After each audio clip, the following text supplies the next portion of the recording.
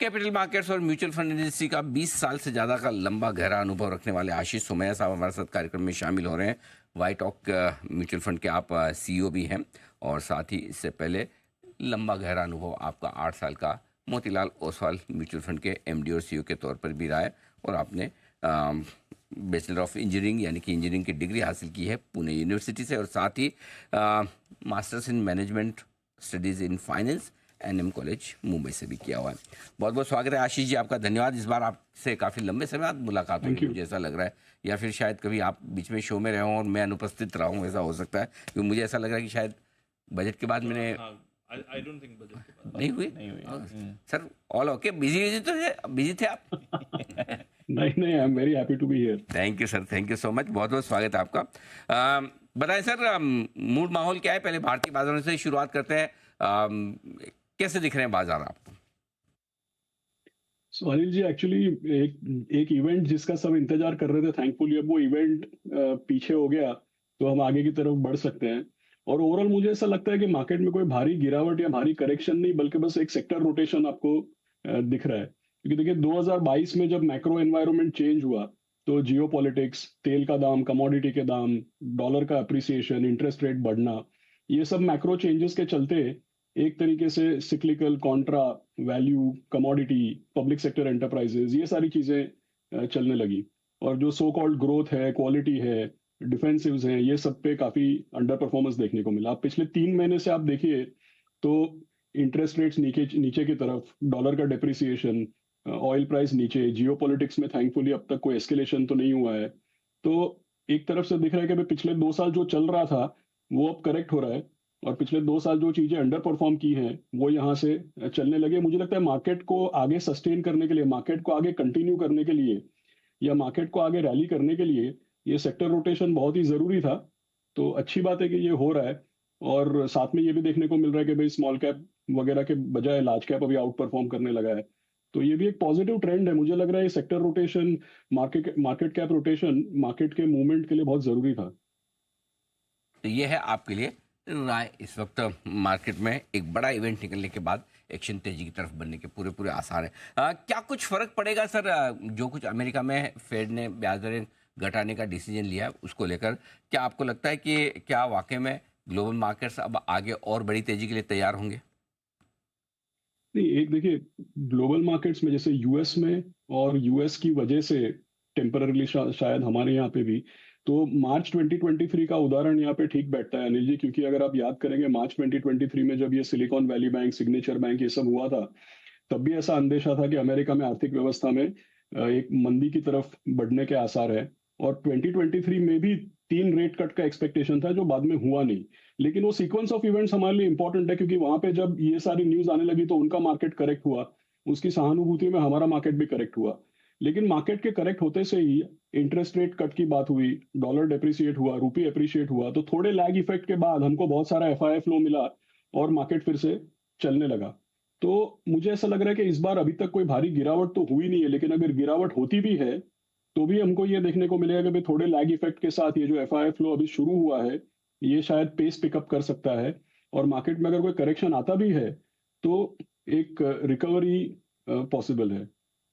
ठीक बात है। अच्छा, आशीष सर, काफ़ी लोग ये भी मान रहे हैं कि भाई इस बार फिर से वो 2007-2008 जैसी सिचुएशन हो सकती है।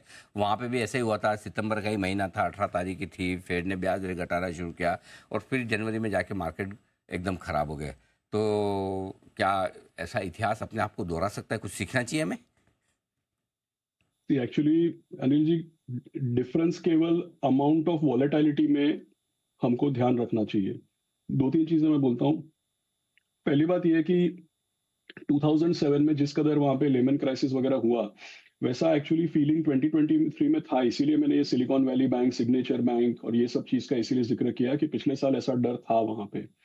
अब तक वैसा कुछ हुआ नहीं है, और होगा ऐसा प्रिडिक्ट करना हमारे लिए पॉसिबल नहीं है, क्योंकि काफी सारी चीजें इसमें हमको पता नहीं है। तो मैं ऐसा कोई प्रिडिक्शन नहीं करूंगा कि भाई हाँ वैसा ही होगा इस बार। लेकिन इस बार समझो, अगर किसी कारण से अमेरिका की आर्थिक व्यवस्था फिर से मंदी की तरफ बढ़ती है, और मंदी के माहौल में अगर उनका बाजार करेक्ट होता है, तो जैसे मैंने बताया, उनके बाजार के करेक्शन के साथ सहानुभूति में थोड़े समय के लिए हमारा बाजार भी करेक्ट हो सकता है। लेकिन 2007-8 में जिस तरह से हम 55 to 60% गिरे, मुझे नहीं लगता है उस तरीके, क्योंकि वहां से लेके अभी तक ये जो डोमेस्टिक पार्टिसिपेशन, इसका डायरेक्ट इंडिकेशन क्या है कि भाई India as a emerging market, अगर आप इंडिया का बीटा देखें एमएससीआई इमर्जिंग मार्केट के सामने, तो हम बिल्कुल एक लो बीटा मार्केट बन गए हैं।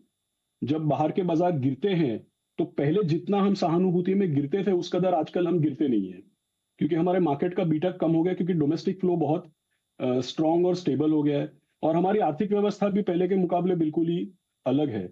तो अमेरिका की आर्थिक व्यवस्था में सॉफ्ट लैंडिंग होगी, हार्ड लैंडिंग होगी, ये प्रेडिक्ट करना मेरे लिए मुश्किल है। लेकिन उनकी लैंडिंग चाहे जितनी भी हो, जैसी भी हो, हमारे पे कोई बहुत ज्यादा 2007 सरी का इम्पैक्ट होना शायद मुश्किल है। उतना इम्पैक्ट नहीं होगा, और होगा तो भी with some lag effect, dollar depreciation, rupee appreciation, FI flow, ये सब चलते मार्केट को काफी सपोर्ट मिलेगा। तो ये आपके लिए, चलिए 2007 जैसी सिचुएशन इस वक्त नहीं दिख रही, तो कोई इतनी बड़ी चिंता की बात नहीं। अब जो लोग मार्केट में इन्वेस्टेड हैं, पैसा लगाकर बैठे हैं, वो ये भी जानना चाहते हैं क्या धीमे धीमे थोड़ा प्रॉफिट बुक करने का वक्त है, या बने रहें, डटे रहें, टिके रहें इन्वेस्टर्स, या फिर जो म्यूचुअल फंड में पैसा लगा रहे हैं उनके बारे में मैं जानना चाहता हूँ। सो अनिल सर, एक्चुअली क्या है कि पिछले 3 साल में जाने अनजाने में ये तो हुआ ही होगा, रिलेटिव परफॉर्मेंस की वजह से और फ्रेश मनी के एलोकेशन की वजह से, दोनों ही वजहों से पिछले 3 साल में ये तो पक्का हुआ होगा कि भाई लोगों का जो पोर्टफोलियो है वो जाने अनजाने में बहुत ज्यादा स्मॉल कैप मिड कैप की तरफ, बहुत ज्यादा PSU defence metal energy, PSU commodity इस तरफ, या वैल्यू सिक्लिकल इस तरफ, रिलेटिव परफॉर्मेंस की वजह से और एडिशनल एलोकेशन की वजह से। ये तो हमको दिख ही रहा है, अगर आप म्यूचुअल फंड इंडस्ट्री का डेटा देखें तो आज भी 60% 50% पैसा थीमेटिक फंड्स में नेट फ्लो जा रहा है, उसके ऊपर और 15-20% पैसा केवल स्मॉल और मिड कैप में जा रहा है। तो अब ये हिंदी में कैसे बताएं मुझे नहीं पता, बट अंग्रेजी में एक कहावत है कि भाई you have to shoot where the rabbit will be. तो मतलब मैं यहाँ पे कोई एनिमल्स को हानि करने की बात नहीं कर रहा हूँ, लेकिन ऐसा अंग्रेजी में प्रोवर्ब है कि you have to shoot where the rabbit will be. तो पॉइंट ये है कि भाई मार्केट में तो सेक्टर रोटेशन दिख रहा है, लेकिन उस तरीके का रोटेशन अभी भी लोगों के इन्वेस्टमेंट फ्लोज में हमको देखने को नहीं मिल रहा है। तो बोलने की बात यह है कि आप एलोकेशन अपना जो भी रिस्क रिटर्न एलोकेशन अपना जो भी है बना के रखिए, लेकिन आपका इक्विटी पोर्टफोलियो जो है वो जरूर ऑफ सेंटर हो गया होगा पिछले 2-3 साल में। तो आप मार्केट के सेंटर में आ जाइए वापस। ये बिल्कुल बहुत ही इंपॉर्टेंट चीज है। सबको अपना पोर्टफोलियो रीएलोकेट रीबैलेंस करना बहुत जरूरी है, क्योंकि शायद लोगों का पोर्टफोलियो अभी भी वहीं पे है जहां पे मार्केट 6 महीने पहले था। ठीक बात है, बिल्कुल सही है। अच्छा सर, एक और चीज़ बताएं, कई लोग ये भी जानना चाहते हैं कि इस वक्त लार्ज कैप या mid cap small cap related funds में, क्योंकि एक तरफ देखिए लार्ज कैप आप कह सकते हैं सेफ्टी, लेकिन मिड कैप स्मॉल कैप घटे हुए भी काफ़ी हैं, तो क्या वहाँ पैसा लगाना ठीक है, किस तरह के फंड्स ठीक रहेंगे? और दूसरा, कई सारे एनएफओज भी आ रहे हैं, कई सारे सेक्टोरल फंड्स भी हैं जो बड़े एक्शन में हैं, बड़े लोगों का इंटरेस्ट उसमें है, तो कहाँ नया पैसा कहाँ लगाएं? नया पैसा वहां लगाना चाहिए, जैसे थीमेटिक फंड्स और सेक्टरल फंड्स का मैंने जिक्र किया कि भाई इंडस्ट्री का आधे से ज्यादा नेट फ्लो तो थीमेटिक फंड्स में जा रहा है, लेकिन थीमेटिक फंड्स में अनिल जी पैसा ऐसे थीम्स या सेक्टर्स में लगाना चाहिए जो स्ट्रक्चरल हैं। देखिए, अगर हम एक मार्केट का जो चीज, जो इंडेक्स या जो सेक्टर या जो थीम मार्केट का मतलब 5% भी नहीं है, वहां पे हम लोग पीक में जाकर के थीम में पैसा लगा देंगे, तो हम आने वाले 5-7 साल तक फंसने वाली बात कर रहे हैं। तो आइडियली स्पीकिंग, तो अगर आप थीमेटिक फंड में पैसा लगाते हैं तो ऐसे थीम में लगाना चाहिए जो एक स्ट्रक्चरल थीम है, जिसका मार्केट के सामने बीटा बहुत ज्यादा नहीं है, एक स्टेबल थीम है।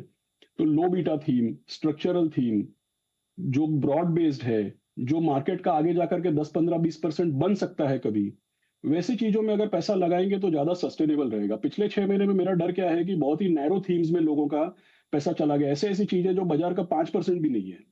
अब उसमें जाकर के पीक में पैसा लगा दिया तो फंसने वाली बात है। तो ये एक चीज थीम्स में लोगों को ध्यान में रखना चाहिए। दूसरा चीज, जैसे पिछले 6 महीने में सबने पैसा मैन्युफैक्चरिंग, इंडस्ट्रियल, डिफेंस, एनर्जी इसमें डाला है। अभी हम लोग फंड लॉन्च कर रहे थे बीएफएसआई फार्मा, मैं आपको एग्जांपल दे रहा हूँ, फार्मा फंड का एनएवी 6 महीने में 32% ऊपर है। और ये सब जो डिफेंस मैन्युफैक्चरिंग है, ये या तो परफॉर्म नहीं किया है या तो घूम फिर के उसी लेवल पे आ गया वापस। सो थीमेटिक फंड्स में टाइमिंग इंपॉर्टेंट है, और जिस थीम में आप पार्टिसिपेट करते हैं उसकी सस्टेनेबिलिटी और लॉन्जेविटी बहुत ही इंपॉर्टेंट है। इतना मैं मैसेज दूंगा। तो ये है आपके लिए राय इन सारे फंड्स में निवेश करने के तरीके। आशीष सर, बहुत बहुत शुक्रिया आपका, धन्यवाद समय देने के लिए और बाजार के डायरेक्शन और निवेश के मौकों पर अपनी राय हमारे दर्शकों के साथ शेयर करने के लिए। आइए एक छोटे से ब्रेक